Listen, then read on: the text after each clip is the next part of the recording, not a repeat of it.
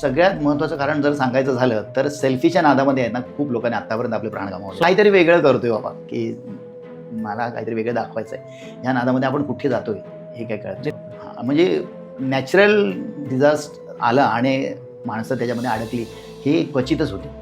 माणूस स्वतःच्या चुकीनेच त्या स्वतःच्या चुकीने संकटात संकट ओढावून घेतो ओढावून घेतो आपण. हा, ट्रेकिंगच्या आमचं सांगणं असेल की तुम्ही जिथे जाताय ना की गावातला जे काही लोक असतात ना गाईड आपल्या बरोबर घेऊन जातात आणि त्यांचे जे काही रोजगार असेल बघा ते तुमच्यासोबत येणार, म्हणजे ते त्यांचा दिवसाचा रोजंदारी सोडून तुमच्यासोबत येणार. मग तुम्ही त्यांचं जे काही रोजगार असेल ना त्या दिवसात तो त्यांना द्या.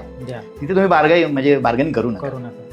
मग तेवढंच तुम्हाला गायडन्स येतो. हा, म्हणजे काय होते की तुम्हाला इत्तमभूत माहिती मिळते.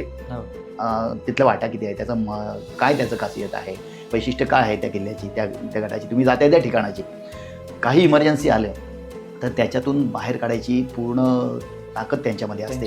कारण त्यांच्या मदतीला त्यांची लोक पटकन तिथल्या तिथे येत असतात आणि त्यांना माहिती असतात की सपोज ही वाट ढासळून गेली. आपण नॅचरलच्या बाबतीतच बोलू. नॅचरल याच्यामध्ये लँडस्लाईड जर झाले तर पर्यायी रस्ता कुठून आहे हे त्यांना माहिती असतं. मग ते त्या वाटेने, कारण तुमची जबाबदारी त्यांनी घेतलेली असते आणि ते जबाबदारी अगदी प्रामाणिकपणे पाळतात.